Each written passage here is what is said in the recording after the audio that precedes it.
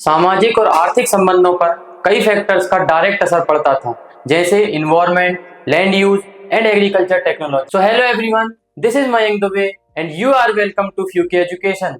सो आज हम लोग पढ़ने वाले हैं class 11th history chapter 4 the three orders, जिसमें आज हम देखेंगे factors affecting social and economical relations. उसमें कौन कौन से फैक्टर्स होते हैं जो सोशल और इकोनॉमिक रिलेशंस पे इफेक्ट करते हैं, जैसे कि इन्वायरमेंट का क्या असर पड़ा, लैंड यूज किस प्रकार से होता था और क्या क्या न्यू एग्रीकल्चर टेक्नोलॉजी उस समय इंट्रोड्यूस की गई। जैसा कि हमने देखा पहले पिछले लेक्चर्स में कि हमारी सोसाइटी तीन अलग अलग डिवीजन में डिवाइडेड थी। सबसे ऊपर देखते हैं क्लर्जी क्लासेस, उसके बाद आता है हमारा नोबिलिटी क्लासेस और नोबिलिटी के बाद आते हैं हमारे थर्ड ऑर्डर में पीजेंट्री क्लासेस। नोबिलिटी का काम क्या रहता था, हमारे क्लर्जी क्लासेस को या किंग्स को आर्मी प्रोवाइड करना, पीजेंट से टैक्स लेकर या रेवेन्यू लेकर राजा को देना। ये दो काम नोबिलिटी के हुआ करते थे। और पीजेंट क्या करते थे, इनको टैक्स देते थे, नोबल्स के लिए काम किया करते थे, कुछ कुछ पर्सनल सर्विसेज भी इनको प्रोवाइड करते थे। तो आज हम लोग यही देखेंगे कि किस प्रकार से सोशल और इकोनॉमिक रिलेशंस को, इनका सोशल और इकोनॉमिक रिलेशंस पे धीरे धीरे प्रभाव पड़ने लगा, कैसे धीरे धीरे नए नए लैंड यूज के नए नए टेक्नोलॉजीज आने लगी, एग्रीकल्चर और ज्यादा डेवलपमेंट होता है और कैसे धीरे धीरे समय के साथ साथ क्या सोशल और इकोनॉमिकल चेंजेस आने लगते हैं सोसाइटी में। सो while the members of the first two orders saw the social system as stable and unchanging, there were several processes which were transforming the system। देखो अपर टू क्लासेस के जो clergy class के और nobility है, तो उन लोगों के लिए सिस्टम इतना ज्यादा चेंजिंग फॉर्म में नहीं हो रहा था, परंतु जो नीचे के थे पीजेंट्री क्लासेस थे, हमारे थर्ड ऑर्डर के जो लोग थे, इन लोगों के लिए धीरे धीरे सिस्टम को चेंज करना पड़ गया। धीरे धीरे नई नई चीजों का इनका बहुत ज्यादा शोषण होने लगा। तो इसीलिए इन्होंने धीरे धीरे सोसाइटी में, इकोनॉमी में चेंजेस लाना शुरू कर दिया। तो और अलग अलग फैक्टर्स भी इन चीज के लिए रिस्पॉन्सिबल हैं, जैसे कि इन्वायरमेंट देखते हैं, इन्वायरमेंट में धीरे धीरे चेंजेस आने लगते हैं जो बहुत लंबे समय तक बने रहते हैं। उसके बाद हम देखेंगे others were more dramatic like changes in agriculture technologies में आता है, लैंड यूज में चेंजेस आने लगते हैं। अलग अलग चीजों में अलग अलग फैक्टर्स रिस्पॉन्सिबल होते हैं इन सभी चेंजेस के पीछे। क्या क्या इन्वायरमेंट देखते हैं, एग्रीकल्चर टेक्नोलॉजीज, लैंड यूज का तरीका उनका बदल जाता है धीरे धीरे। These in turn were shaped by and had an effect on the social and economical ties between lords and their vassals। और धीरे धीरे इन्हीं के साथ साथ सोशल इकोनॉमिकल चेंजेस में लॉर्ड और वैसाल्स उनके जो हुआ करते थे, जो हमारे नोबिलिटी और हमारे पीजेंट्री और हमारे किंग और जो नोबिलिटी, इन सभी के बीच में जो वैसेलियन सिस्टम चल रहा था, धीरे धीरे इनमें सोशल और इकोनॉमिकल चेंज धीरे धीरे आने लगते हैं। किस वजह से आने लगते हैं, इन रिस्पॉन्सिबल फैक्टर्स की वजह से, like environment, agriculture technologies and land use pattern. तो सबसे पहला हमारा फैक्टर क्या देखते हैं हम, द इन्वायरमेंट। सबसे पहले हमारे इन्वायरमेंट का या पर्यावरण पर किस प्रकार से प्रभाव पड़ा, कैसे चेंजेस हमारे इन्वायरमेंट में धीरे धीरे आने लगते हैं जो हमारे लिए रिस्पॉन्सिबल होते हैं सोशल और इकोनॉमिकल चेंज के लिए। From the 5th to 10th century, अब देखो 5th और 10th सेंचुरी में क्या चेंज आने लगते हैं हमारे यूरोप में। Europe was covered with vast forest, thus the land available for agriculture was limited। अब देखो बहुत कम जमीन उपलब्ध थी हमारे लिए प्रोडक्शन के लिए, क्योंकि बाकी जितना भी क्षेत्र था, जितना भी एरिया था, वो किससे कवर था, फॉरेस्ट से। बहुत घने बड़े बड़े जंगल हुआ करते थे और हमारे पास केवल लिमिटेड जमीन ही थी हमारे एग्रीकल्चर प्रोडक्शन के लिए। Also peasants dissatisfied with their condition could flee from operation and take refuge in forest। और बहुत से किसान भी, अब हमने देखा उनका एक्सप्लॉइटेशन हो रहा था, बहुत ज्यादा परेशान थे, इन्वायरमेंट कंडीशन उनके अकॉर्डिंग नहीं थी, जमीन बहुत कम थी, है ना, चारों तरफ जंगल ही जंगल थे। पीजेंट्स का भी कम, मतलब लिमिटेड लैंड पर उनको बहुत ज्यादा काम करवाया जा रहा था, उनकी पर्सनल सर्विसेज के लिए भी यूज किया जा रहा था। तो इन सब चीजों से भी परेशान होकर पीजेंट्स क्या होते थे, जंगल में जाकर छिप जाते थे। Europe was undergoing an intensely cold climate in this period. अब देखो उस समय क्या चल रहा था, यूरोप में बहुत ज्यादा कोल्ड क्लाइमेट होता है। यूरोप में से हमारे नदर्न रीजन में पड़ता है, मतलब नदर्न हमारे क्या बोलते हैं, इक्वेटर से ऊपर पड़ता है, नदर्न हेमिस्फीयर वाले रीजन में। और देखा जाए तो वहां पर क्या उस समय कैसा क्या क्लाइमेट किस प्रकार से था, कोल्ड क्लाइमेट हुआ करता था, बहुत ज्यादा, मतलब वहां पर ठंड पड़ती थी। This led to severe and prolong winters. अब बहुत लंबे समय तक वहां पर क्या है, विंटर्स बनी रहती थी, बहुत ज्यादा ठंडा माहौल रहता था। A shortened growing season for a crop and reduce yield from agriculture. अब देखो इसी वजह से क्या वहां पे यील्डिंग वगैरह, एग्रीकल्चर प्रोडक्शन कम हो रहा था, क्योंकि इतने लंबे समय तक ठंड पड़ रही है, मौसम जो क्लाइमेट जो उसके अकॉर्डिंग नहीं है, एग्रीकल्चर प्रोडक्शन के अकॉर्डिंग नहीं था। इस वजह से क्या वहां पर प्रॉब्लम्स आ रही थी, लोगों को प्रॉपर तरीके से प्रोडक्शन नहीं हो पा रहा था, एग्रीकल्चर प्रोडक्शन। तो ये सब क्या करते हैं, समस्या उत्पन्न करते हैं। सो फ्रॉम 11th सेंचुरी, अब देखो 5th से 10th सेंचुरी के बीच हम देख लिया कि बहुत ज्यादा मतलब वहाँ पे क्लाइमेटिक कंडीशन किस प्रकार से, लिमिटेड जगह उपलब्ध है। लेकिन अब 11th सेंचुरी आते आते हम क्या देखते हैं, Europe entered a warm phase. अब यूरोप का क्लाइमेट धीरे धीरे क्या होता है, चेंज होने लगता है। Average temperature average temperature increase which had a profound effect on agriculture. देखो धीरे धीरे टेम्परेचर चेंज होने लगता है, समय के साथ साथ हमारी प्रकृति में, हमारी ज्योग्राफी में क्या आने लगते हैं, धीरे धीरे चेंज आने लगते हैं अलग अलग स्तर पर। So average temperature increase which has profound effect on agriculture. अब टेम्परेचर चेंज हो रहा है, so peasants now had a longer growing season and the soil now less subjected to frost could be more easily ploughed. अब देखो धीरे धीरे समय में टेम्परेचर उनके अनुकूल हो गया है, बहुत लंबे समय तक वो खेती कर सकते हैं, सॉइल भी फर्टाइल होने लगी है, इसी वजह से क्लाइमेट हमारे अकॉर्डिंग है, एग्रीकल्चर के लिए बेस्ट है। So now less subjected to frost, बहुत कम फ्रॉस्ट हो रहा है, ठंड भी कम पड़ रही है, क्लाइमेटिक कंडीशन भी वहां पर प्रॉपर तरीके से हो गई है, could be more easily plug. अब ऐसी जगह पर प्रोडक्शन करना, एग्रीकल्चर प्रोडक्शन करना, खेती बाड़ी करना बहुत ज्यादा आसान हो गया, लोगों को बहुत सहज तरीके से खेती करने लगे। So environmental historians have noted that there was a significant receding of the forest line in many part of the Europe. अब देखो धीरे धीरे यूरोप में भी धीरे धीरे चेंज आने लगते हैं, एनवायरमेंटल हिस्टोरियन बोलते हैं this made expansion of area under cultivation possible. अब देखो इतना सब धीरे धीरे क्लाइमेटिक चेंज आ रहा है, एग्रीकल्चर प्रोडक्शन भी धीरे धीरे बढ़ने लग रहा है, तो धीरे धीरे जमीन का भी एक्सपांशन होने लगता है, लैंड का भी एक्सपांशन होने लगता है ना। अलग अलग जगह जैसे जंगल थे, उन जंगलों को काट दिया जाता है, उसको खेती बाड़ी करने के लिए उपलब्ध जमीन बनाई जाती है, तो एक्सपांशन भी धीरे धीरे होने लगता है कल्टीवेशन करने का और ज्यादा। उसके बाद हम देखते हैं लैंड यूज। अब देखो एनवायरमेंट देखा, एनवायरमेंट हमारे अकॉर्डिंग हो गया है, एग्रीकल्चर के लिए बहुत ज्यादा सुइटेबल हो गया है। अब लैंड यूज पहले के समय पे कैसा किया जाता था।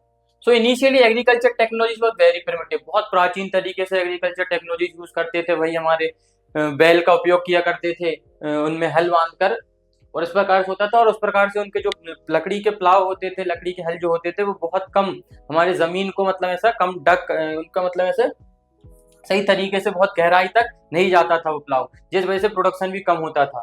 So the only mechanical aid available to the peasant was wooden plough. देखो लकड़ी का हल था और टीम ऑफ द ऑक्सन, दो ऐसे बैल को बांधकर प्लाव से इस प्रकार से खेती की जाती थी। So this plough could at a best scratch the surface of the earth and was unable to fully draw out the natural productivity of the soil. अब देखो उससे प्रोडक्टिविटी सॉइल की भी बढ़ती नहीं थी, क्योंकि प्लाव भी एक लिमिटेड लेवल तक ही ऐसे करके ऐसे क्या बोलते थे, ज्यादा डीप तक नहीं जा पाता था, इस वजह से वहां पे प्रोडक्टिविटी भी क्या थी, लिमिटेड थी। So agriculture was therefore very labour intensive. देखो एग्रीकल्चर कैसा था, लेबर इंटेंसिव था। Fields had to be dug by hands.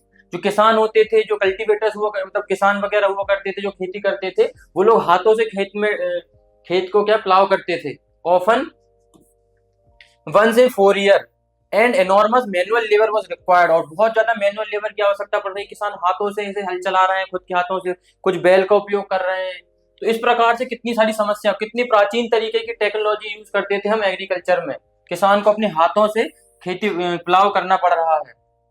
Labour intensive ज्यादा हो गया एग्रीकल्चर हमारा, बहुत ज्यादा लेबर की रिक्वायरमेंट धीरे धीरे पड़ने लगी। उस समय कितना ज्यादा मतलब ऐसा टफ था एग्रीकल्चर करना। But with also an ineffective method of crop rotation was in use. देखो क्रॉप रोटेशन की मेथड भी जो थी वो भी इनइफेक्टिव थी, मतलब इतना ज्यादा प्रभावशाली नहीं थी, उसमें भी बहुत ज्यादा समस्या हो रही थी। The land was divided in half, one field was planted in autumn with the winter wheat while the other field was left fallow. देखो इस प्रकार से ऐसे जमीन होती थी लोगों की, वो उसको ऐसे दो पार्ट में डिवाइड कर लेते थे, तो कुछ समय यहाँ पर मतलब ऐसे व्हीट वगैरह ग्रो कर लिया, और कुछ समय यहाँ पर एक फसल दूसरी देखते हैं राई। तो जब इसको 6 महीने के लिए कुछ समय के लिए यहाँ पर अगर ग्रो करते थे, इसको खाली छोड़ देते थे, फिर इसको अगर ग्रो करना है तो इसको खाली छोड़ दिया। तो इस प्रकार से ऐसे धीरे धीरे शिफ्ट करते रहते थे समय के साथ साथ, और इस प्रकार का एग्रीकल्चर प्रोडक्शन उस समय हो रहा था बहुत ज्यादा। तो कितनी ज्यादा प्रिमिटिव टेक्नोलॉजीज वो यूज कर रहे थे। Rye was planted on this piece of the fallow land the next year while the other half was put to fallow. देखो इधर राई उगा रहे हैं कुछ समय के लिए, उधर इस जगह को खाली छोड़ देते हैं, अगले साल फिर इसको खाली छोड़ दिया, यहाँ पर दूसरी फसल उगा ली। इस प्रकार से एग्रीकल्चर पैटर्न उनका हुआ करता था। With this system the soil slowly deteriorated and famines were not uncommon. देखो सॉइल भी धीरे धीरे खराब होने लगी। इस प्रकार का पैटर्न रहेगा आपका एग्रीकल्चर पैटर्न रहेगा तो सॉइल भी धीरे धीरे, मिट्टी भी धीरे धीरे क्या नष्ट होने लगेगी, और धीरे धीरे इसी की वजह से क्या प्रोडक्शन कम होगा, पॉपुलेशन बढ़ रही है तो फेमाइन आने लगेगा, अकाल पड़ने लगेगा। Chronic malnutrition alternated with devastating famines and life was difficult for the poor। देखो गरीब लोगों के लिए, गरीब किसान वगैरह है, बहुत ज्यादा गरीब वर्ग के लोग उस समय हुआ करते थे, इन लोगों को क्रॉनिक मलन्यूट्रिशन से गुजरना पड़ता था। उनको प्रॉपर प्रोटीन नहीं मिल पा रहा है, प्रोडक्शन कम है, फेमाइन पड़ रहा है, भोजन की उपलब्धता नहीं है, तो कितनी सारी समस्याओं का उनको सामना करना पड़ेगा। उनको स्वास्थ्य संबंधी समस्या होने लग रही है धीरे धीरे। तो इन सभी प्राचीन मेथड का यूज करते थे, इस वजह से क्या वहां पर एग्रीकल्चर प्रोडक्शन कम हुआ करता था और ये सब समस्याओं का किसानों को सामना करना पड़ रहा था। डिस्पाइट दीज हार्डशिप, देखो अब इतनी सारी समस्याएं चल रही थी उसके बावजूद भी द लॉर्ड्स वर एंजाइज्ड टू मैक्सिमाइज देयर इनकम। अब देखो लॉर्ड्स वगैरह हुआ करते थे, नोबिलिटी क्लास थे, वो तो लालची हुआ करते थे, उनको किसानों की समस्या से कोई मतलब नहीं, किसान कितना भी परेशान हो, कुछ भी हो, उनको खाने को मिले नहीं, पर हमें ज्यादा से ज्यादा क्या चाहिए, इनकम चाहिए। उनकी इनकम बढ़ाने के लिए वो क्या करते हैं, since it was not possible to increase the output from the land, the peasants were forced to bring under cultivation all the land in the manorial state. अब देखो उसको लिमिटेड जगह है, वहां से आउटपुट भी लिमिटेड है। अब आउटपुट लिमिटेड है लेकिन उसको ज्यादा इनकम चाहिए, किसको, हमारे नोबिलिटी को। तो ज्यादा इनकम चाहिए तो वो किसानों से बोलेगा तुम भले इतनी जमीन पर काम कर रहे हो, हम जमीन बढ़ा देंगे ताकि और ज्यादा प्रोडक्शन हो और मुझे और ज्यादा इनकम प्राप्त हो सके। लेकिन किसान तो बेचारे परेशान थे, and spend more time doing this than they were legally bound to do so. देखो अब इनको धीरे धीरे, अब समय के साथ साथ उनको इतनी सारी जमीन वगैरह को क्लियर करना है, फॉरेस्ट को क्लियर करना है, और ज्यादा एग्रीकल्चर लैंड बनाना है, तो उनका समय इसी में गुजर जाता था बहुत ज्यादा, और किसान भी बहुत ज्यादा परेशान धीरे धीरे होने लगते हैं। The peasants did not go quietly to operation since they could not protest openly, they restored the passive resistance. अब धीरे धीरे देखो ऐसे डायरेक्टली प्रोटेस्ट तो नहीं कर सकते थे, नोबिलिटी पावरफुल हुआ करते थे, बहुत पैसे हुआ करते थे, उनके पास आर्मी हुआ करती थी, तो डायरेक्टली ऐसे रिवोल्ट या रिवेलियन ना करके वो धीरे धीरे क्या करते थे, ऐसे पैसिव रेजिस्टेंस से उनको मतलब ऐसा उनको अपोज किया करते थे, किसका, नोबिलिटी क्लास का। So they spend more time in cultivating. अब देखो किस प्रकार से पैसिव रेजिस्टेंस कर रहे हैं, कैसे मतलब उनको अपोज कर रहे हैं, किसको, नोबिलिटी क्लास को। दे spend more time cultivating their own field, खुद के खेतों पर काम कर रहे हैं, and kept much of the product of the labour for themselves. देखो उससे जो जितना भी मतलब उनको प्रोडक्शन हो रहा है, जितना भी फूड प्रोडक्शन या एग्रीकल्चर प्रोडक्शन हो रहा है, ज्यादा से ज्यादा खुद के लिए रख लेते थे, कौन, किसान। डायरेक्ट रिवोल्ट ना करके इनडायरेक्ट रिवोल्ट, इनडायरेक्ट रिवेलियन कैसे कर रहे हैं, क्या करते थे, ज्यादा से ज्यादा समय तक खुद की जमीन पर कल्टीवेशन किया करते थे, और जो उससे जमीन से जो एग्रीकल्चर प्रोडक्शन हुआ है उसका मैक्सिमम पार्ट खुद के लिए रख लेते थे। They have also avoided performing unpaid extra services. और पहले जो पीजेंट नोबिलिटी के लिए एक्स्ट्रा सर्विस किया करते थे, उनके खुद के पर्सनल काम के लिए भी उनको यूज करता था जैसे कि, तो वो सब काम भी करना उन्होंने, पीजेंट्स ने बंद कर दिया। They came into conflict with the lords over pasture. देखो और क्या क्या समस्या होने लगी। अब पास्चर को लेके जो मतलब ऐसे वो क्या करते थे हमारे पीजेंट लोग, इनके जंगलों में जाकर अपने भेड़ बकरियों को पास्चराइजेशन किया करते थे, उनको चारा वगैरह खिलाने का कार्य किया करते थे। तो ये लॉर्ड्स वगैरह उनको भी अपोज करने लगे कि जमीन मेरी है और मेरी जमीन पर तुम अपने जानवरों को नहीं चरा सकते। तो इस वजह से भी उनके बीच में क्या उत्पन्न होने लगी, समस्या उत्पन्न होने लगी। While the lords treated these as their private property, lords बोलता है ये मेरी प्राइवेट प्रॉपर्टी है, तुम्हारी जमीन नहीं है, और किसान बोलते हैं हमारी सबकी जमीन है, कोई तुम्हारी पर्सनल जमीन नहीं है, हम तुमको टैक्स भी दे रहे हैं, तो क्यों ना हम हमारे कैटल्स को यहाँ पर चारा खिला सकते हैं। इस वजह से भी उनके बीच में क्या होने लगते हैं, लॉर्ड्स के बीच में और नोबिलिटी के बीच में और पीजेंट्स के बीच में कन्फ्लिक्ट्स शुरू होने लगते हैं। अब देखो इस प्रकार का हमने देखा कैसे प्रिमिटिव तरीका यूज करते थे हमारे एग्रीकल्चर में, एग्रीकल्चर प्रोडक्शन में, जिस वजह से प्रोडक्शन बहुत कम हुआ करता था। अब प्रोडक्शन कम है तो उसके लिए जमीन वगैरह का विस्तार भी करने लगे, लैंड एक्सपांशन करने लगते हैं, कौन, हमारे नोबिलिटी क्लास है। अब पीजेंट्स को तो और ज्यादा जमीन रहेगी तो और ज्यादा उनके लिए समस्या उत्पन्न होने लगेगी, तो पीजेंट्स क्या करने लगते हैं, अपोज करने लगते हैं हमारे नोबिलिटी क्लास को या लॉर्ड्स को अपोज करने लगते हैं। तो पैसिव रेजिस्टेंस के थ्रू उनके अपोजिशन अपोज करते रहते हैं। अब देखते हैं न्यू एग्रीकल्चर टेक्नोलॉजीज इंट्रोड्यूस होती है, नई नई तकनीकें आती हैं एग्रीकल्चर की बाय द 11th सेंचुरी। अब देखो by the 11th century there is evidence of the several technological changes. नए नए टेक्नोलॉजिकल चेंजेस धीरे धीरे होने लगते हैं, कब, हमारे 11th सेंचुरी आते आते। Instead of the basic wooden plough cultivators began using heavy iron tipped plough and mould boards. देखो पहले वुडन प्लाउ यूज हो रहे थे, अब आयरन टिप्ड प्लाउ यूज होंगे, जो ज्यादा से ज्यादा गहरे ऐसे तक क्या कर सकते हैं, खुदाई कर सकते हैं, और ज्यादा से ज्यादा गहरे जाएंगे तो ज्यादा से ज्यादा क्या मिट्टी का सॉइल का प्रोडक्शन या सॉइल की फर्टिलिटी बढ़ जाएगी। तो सॉइल की फर्टिलिटी बढ़ेगी तो सॉइल का प्रोडक्शन भी बढ़ेगा। तो किस कौन कौन से नए नए प्लाव का यूज करने लगे, आयरन प्लाव का यूज करने लगते हैं, माउल्ड बोट्स का यूज करने लगते हैं। माउल्ड बोट्स तो इस प्रकार की ऐसे मशीन आती है, हम देखते हैं हमारे खेती में यूज की जाती है, कुछ इस प्रकार की मशीन होती है खेती में, इसका यूज किया जाता है, उन्हें माउल्ड बोट्स कहते हैं। और खेतों में इनका यूज किया जाता था किसके लिए, हमारे एग्रीकल्चर प्रोडक्शन के लिए। इस प्रकार से ऐसे उनके इसको ट्रैक्टर्स के साथ बांधकर ऐसे खेती बाड़ी में उपयोग किया जाता था। और ये क्या करते थे, मिट्टी को बार बार निकाल कर ऐसे गहराई तक खोद दिया करते थे। तो these ploughs could dig much deeper, बहुत गहराई तक खोद दिया करते थे। And the mould boards turn the top soil properly, और जो माउल्ड बोट्स वो करते थे वो टॉप सॉइल को पूरी तरीके से टर्न अप किया करते थे। With this, the nutrients from the soil were better utilized। देखो सॉइल का जो न्यूट्रिएंट्स होते थे वो प्रॉपर तरीके से न्यूट्रलाइज हो जाया करते थे। हमारे सॉइल को किस चीज की जरूरत पड़ती है, कौन कौन सी केमिकल्स की, नाइट्रोजन, फॉस्फोरस, पोटेशियम, बाहर से भी फर्टिलाइजर, इसलिए हमारे आज भी केमिकलाइज जो हमारे फर्टिलाइजर्स होते हैं उनको भी हमारे खेतों में डाला करते हैं। तो इस प्रकार की सॉइल की क्या हो जाती है, धीरे धीरे ज्यादा से ज्यादा सॉइल डग होती है, तो उस वजह से क्या होता है, उसकी सॉइल की फर्टिलिटी बढ़ जाती है। तो ऐसे नए नए एग्रीकल्चर टेक्नोलॉजीज का उपयोग होने लगा। वुडन प्लाव की जगह अब हमारे आयरन प्लाव यूज होने लगते हैं, मोल्ड बोट्स यूज होने लगते हैं, जिस वजह से हमारा क्या होता है, प्रोडक्शन भी बढ़ जाता है। So the methods of harnessing animals to the plough improve. देखो एनिमल हार्नेसिंग की भी मेथड धीरे धीरे इम्प्रूव होने लगती है। पहले हम एनिमल का उपयोग कर रहे थे, हमने देखा हमारे बैल का उपयोग करते थे। Instead of the neck harness the shoulder harness came into use. पहले क्या बैलों के ऐसे नेक से बांध दिया जाता था हल को और फिर उसको खींचा जाता था, तो जिस वजह से मतलब जानवर भी परेशान हो जाते थे, वो भी ज्यादा लंबे समय तक काम नहीं कर पाते थे। फिर उस मेथड को भी चेंज कर दिया गया, किस प्रकार से, नेक से ना बांधकर उनके अब शोल्डर्स पर बांध दिया गया, जिससे और मतलब शोल्डर्स पर बांधने से वो कम थकते थे और ज्यादा लंबे समय तक काम किया करते थे।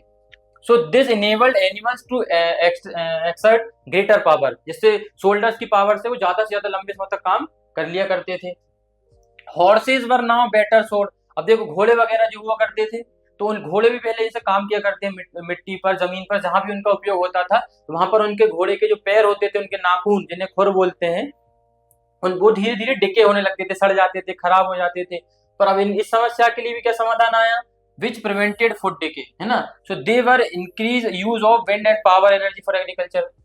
हॉर्स के भी जो क्या थे हमारे, आयरन हॉर्स शू यूज होने लगे। हॉर्स की जो घोड़े की जो नाल होती थी वो लोहे की बनाई जाने लगी अब, ताकि उनके जो नाखून है इनको प्रोटेक्ट किया जा सके। उसके बाद हम देखते हैं increase use of wind and water energy for agriculture. अब धीरे धीरे एग्रीकल्चर में विंड और वाटर एनर्जी भी आने लगती है। हम देखते हैं हमारे पर्शियन व्हील का यूज होने लगता है, हमारे किस लिए, वाटर एनर्जी बनाने के लिए पर्शियन व्हील का यूज होता है, जैसे अरगट्टा बोला जाता है। इस प्रकार से ऐसा गोल हुआ करता है और यहाँ पर उसके ऐसे लगी रहती है, बाल्टियां वगैरह ऐसे लगी रहती है और ये चलता रहता है और हमारे खेतों में पानी जाता है। और इसी का यूज करने लगे बिजली वगैरह बनाने के लिए भी धीरे धीरे समय के साथ साथ। तो कुछ विंड पावर को भी यूज करने लगे, हमारे विंड मिल लगा दी जाती थी, हमारी विंड मिल लगा दी जाती थी ताकि हवा के द्वारा भी ऐसे करके क्या एनर्जी प्रोड्यूस की जा सके।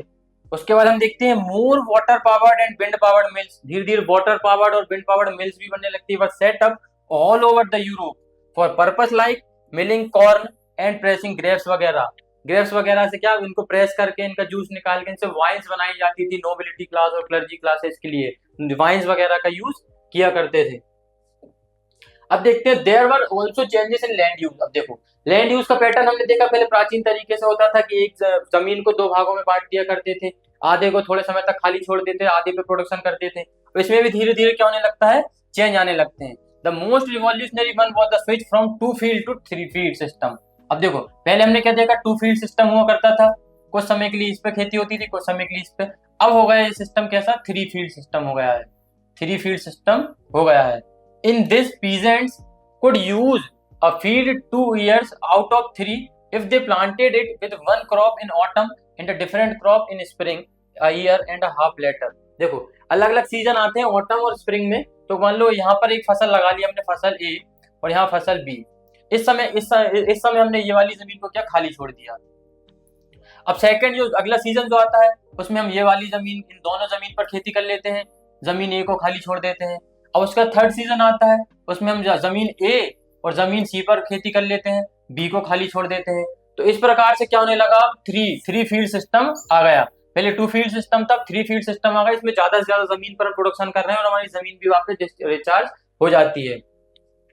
इस वजह से भी धीरे धीरे क्या होने लगा, प्रोडक्शन हमारा बढ़ने लगता है। That means that farmers could break their holdings into 3 field, 3 field system में डिवाइड कर देते हैं। They could plant one with wheat और rye in autumn for human consumption. देखो, अब देखो, व्हीट या ऑटम के समय व्हीट या राई दोनों का उपयोग कर लेते थे, है ना।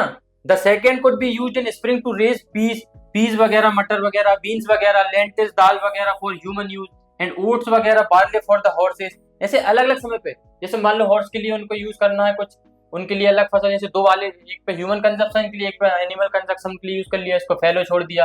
फिर कुछ समय बाद क्या करते हैं, इतने 2 क्षेत्रों पर, ये वाले रीजन पर उन्होंने खेती कर ली, ये वाले रीजन पर उन्होंने खेती कर ली, ये वाले पे कर दी, इसको खाली छोड़ दिया। तो इस प्रकार से 3 फील्ड सिस्टम धीरे धीरे उन्होंने इंट्रोड्यूस किया।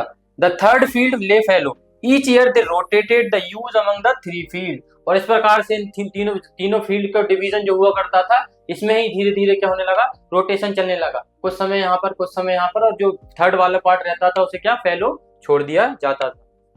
With these improvements, there was almost immediate increase in amount of food produced from each unit of the land। अब इसी के साथ क्या होने लगा, धीरे धीरे हर जगह से उसको ज्यादा लंबे समय तक खाली छोड़ रहे हैं, तो प्रोडक्शन ज्यादा लंबे समय तक, उसकी मिट्टी जो होती थी फिर से रिचार्ज हो जाती थी, फिर अच्छे तरीके से अब आयरन वगैरह के प्लाव यूज होने लगते हैं, है ना। तो इस प्रकार से क्या होने लगता है, उसका प्रोडक्शन भी धीरे धीरे बढ़ने लगता है, एक यूनिट से बहुत ज्यादा प्रोडक्शन होने लगता है। फूड अवेलेबिलिटी डबल हो जाती है, अब देखो डबल फूड अवेलेबल होने लगा लोगों के लिए। The greater use of plants like peas and beans meant more vegetable protein. देखो अब पीज वगैरह, बीन्स वगैरह, इनमें बहुत ज्यादा प्रोटीन होने लगता है। तो इस प्रकार से लोगों को ज्यादा से ज्यादा प्रोटीन मिलने लगा। जो माल न्यूट्रिशन हो रहा था, हमने पहले देखा, उनको कुपोषण हो रहा था, उनको प्रोटीन नहीं मिल रहा था, कार्बोहाइड्रेट नहीं मिल रहे थे, न्यूट्रिएंट्स नहीं मिल रहे थे, तो अब न्यूट्रिशन का भी फुलफिलमेंट होने लगता है, उनकी डाइट बढ़ जाती है। And better source of fodder for their animals, उनके एनिमल्स के लिए भी बहुत बेहतर तरीके से क्या, भोजन की उपलब्धता हो जाती है, भोजन फूड अवेलेबल हो जाता है। For cultivators it means better opportunity, और कल्टिवेटर्स के लिए भी ये बेहतर अपॉर्चुनिटी साबित होती है।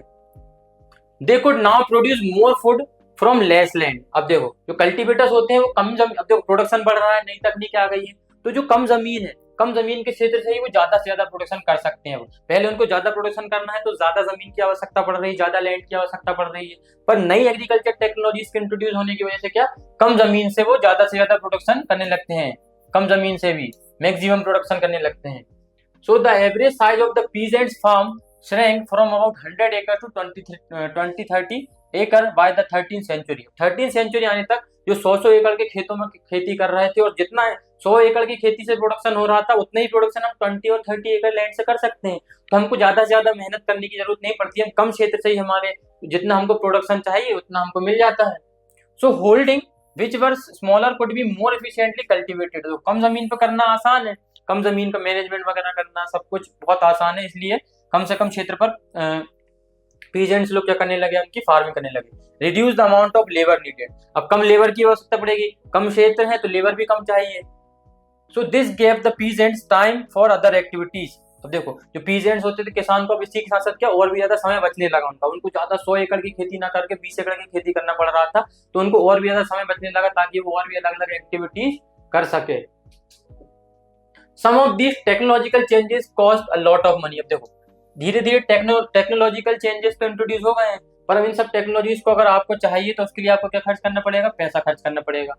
Peasants did not have enough money to set up water mills and wind mills. किसानों के पास पैसा ही नहीं है कि इतनी बड़ी वाटर मिल बना लें या विंड मिल बना लें, तो क्या करते हैं, therefore the initiative was taken by the lords. अब देखो, इनके पास इतना पैसा तो है नहीं, इतनी सारी टेक्नोलॉजिकल चीजें को मतलब ऐसा क्या अवेल करा सके, तो लॉर्ड्स करते हैं। हमारी नोबिलिटी क्लास जो होती है उसके जो लॉर्ड्स होते हैं वो एक नया इनिशिएटिव लेते हैं।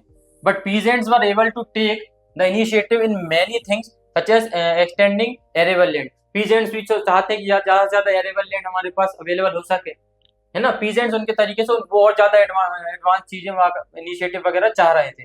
सो they also switched to 3 field rotation of crop and set up small forges and smiths in the villages. अब देखो, 3 फील्ड सिस्टम को वो अपना लेते हैं, किसान वगैरह छोटे किसान भी हैं जो भी है, थ्री फील्ड सिस्टम को अडॉप्ट कर लेते हैं ये भी। और छोटी छोटी क्या बनाने लगते हैं, अपने अपने छोटे छोटे लोकल एरियाज में क्या बनाने लगते हैं, भट्टियां वगैरह बनाने लगते हैं। Where iron tipped plough and horse shoe, घोड़े के लिए जो आयरन हॉर्स शू होती थी, घोड़े की जो नाल होती थी उनके पैर में बांधने के लिए, उसको भी उसकी आयरन वगैरह की बनाने लगते हैं। छोटी छोटी भट्टियां उन्होंने इंस्टॉल कर ली अपने ही क्षेत्र में, आयरन के प्लाव वगैरह बनाने के लिए भी खुद के यहाँ पे यूज करने लगे।